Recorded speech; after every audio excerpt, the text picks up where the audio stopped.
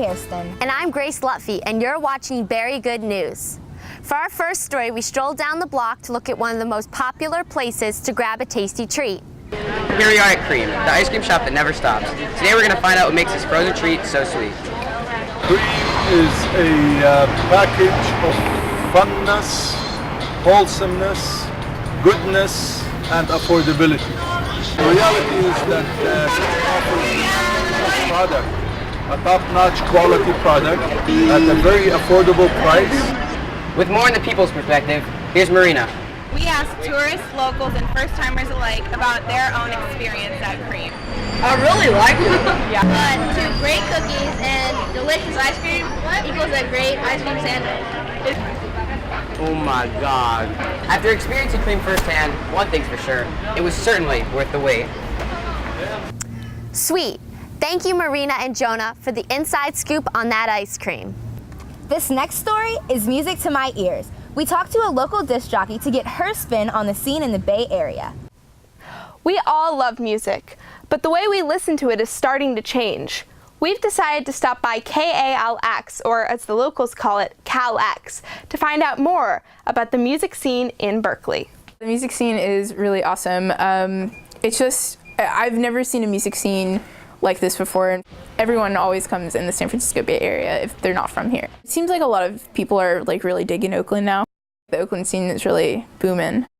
It's our very warm sister. So I grew up on a lot of East Bay punk, which is from here. They pretty much grew up here, and they pretty much grew up at the station, which is wild to me. So when I came to Berkeley, I knew CalX was the place for me. Each slot is about a 3-hour slot. Also, we pride ourselves on a diversity and being very eclectic within those 3 hours. So for example, like my show usually consists of like a lot of garage, punk, surf, funk, hip hop. A lot of people here do like tons of interviews. I mean, you know, going back into like late 80s, we've had Green Day, you know, getting their start here. You know, until now we had like Entry WK. If you are trying to get into the broadcast world, just be yourself. And I think I'll always wear my CalX sweatshirt wherever I go. If CalX plays anything you really love, you can come down to one of Berkeley's many record stores, like Amoeba. Just a few blocks from the station are several record stores like Rasputin and Amoeba. We talked to Amoeba employee Jordan, who said that record stores are alive and well in the area. Although he thinks digital music will likely be the death of CDs, vinyl is still selling. Since many new pressings offer a digital download with purchase, customers are getting the best of both worlds, buying both a tangible representation of their music and something to keep in the cloud, all for less than what they'd pay for many new CDs. He said vinyl is what's supporting most local stores. Jordan commented on the punk in the area, saying, "The East Bay has the best punk and hardcore scene, the most thriving one in the country, and it will never dissipate." Leaving the store, we were lucky enough to encounter several street musicians, one of which were North Carolina Transplant's 13 Strings and a $2 bill.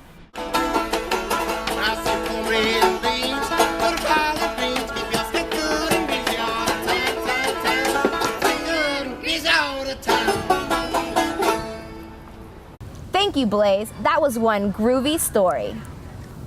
All over the city of Berkeley, California, street vendors are a very popular part of the local industry and culture. Let's go to Isabel with the details. So I'm here right now on campus at the University of California, Berkeley. And even though it's really peaceful and quiet here, just 2 blocks down there's so much activity, including some street vendors like the Henna Lady, which is a really big favorite here. And we're actually about to go check her out. There's so many events taking place along Telegraph and Durant Avenue, so Isabel went on the streets of Berkeley to see if anything catches her eyes, and she met up with the Henna Lady. She continues explaining the background of henna, and after finishing, she recommended Isabel to dab sugar and lemon juice on her hand to let it sit better and last longer. This is Isabel. Back to you guys. Thank you, Isabel, for that henna cool story. There's something fishy about our next story. Emma Hinkle and Max Minnemeyer are in San Fran to tell us more. Thanks, guys. We're here at Fisherman's Wharf, San Francisco's #1 tourist attraction. Let's check it out.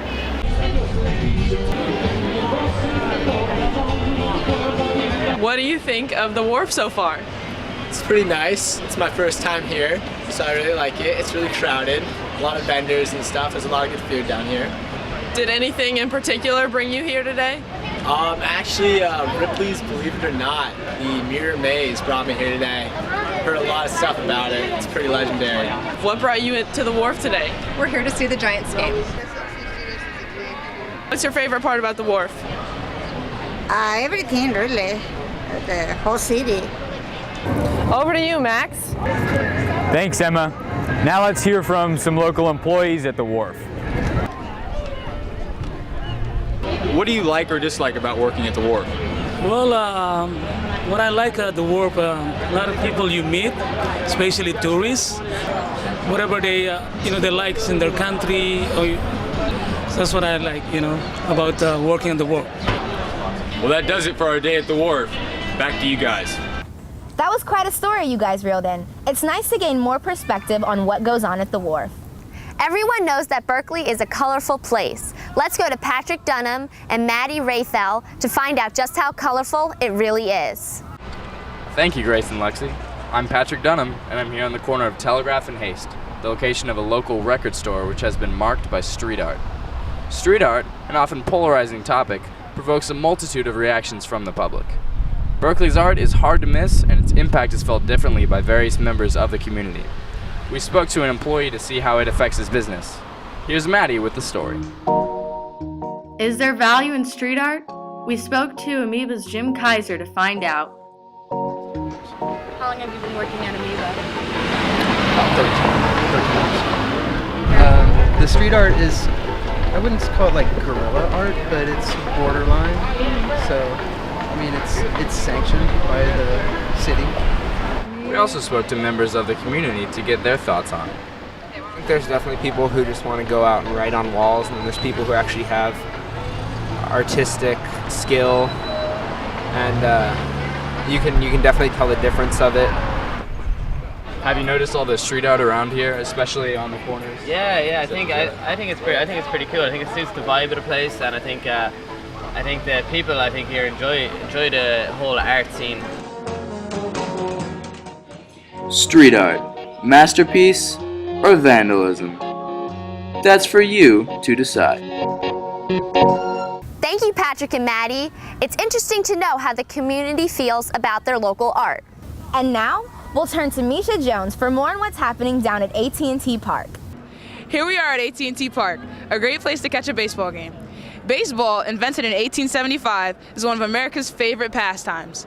From eating Cracker Jacks to the 7th inning stretch, the experience at a baseball game is very traditional.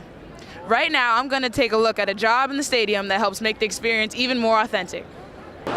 He looks like a hot dog vendor to me. Oh no, he's hot cocoa. That's whipped cream. Never mind. Misha 0, hot dog vendors 1. Get your peanuts here. Get your Cracker Jacks and sunflower seeds. We haven't yet found a hot dog vendor, but we found just about every other food vendor and drink vendor. I have faith that we will find one that I see. I see a hot dog vendor. I think he's right there. He's right there. Oh God, I get old. Hot dogs. Get your hot dogs. Okay. Hot dogs. Who wants a hot dog? Well, we found one, and he just got here. At the beginning of the season, but it's all good. It was a great trip, a great adventure, and well, I got my hot dog and I got my dinner, so I'm good. Back to you guys. Thank you, Misha. You hit that one out of the park. Well, that's going to do it for today. Thanks for watching Very Good News.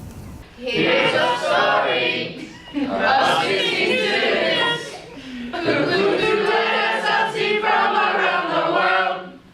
And that's the way they became the Beary Bunch.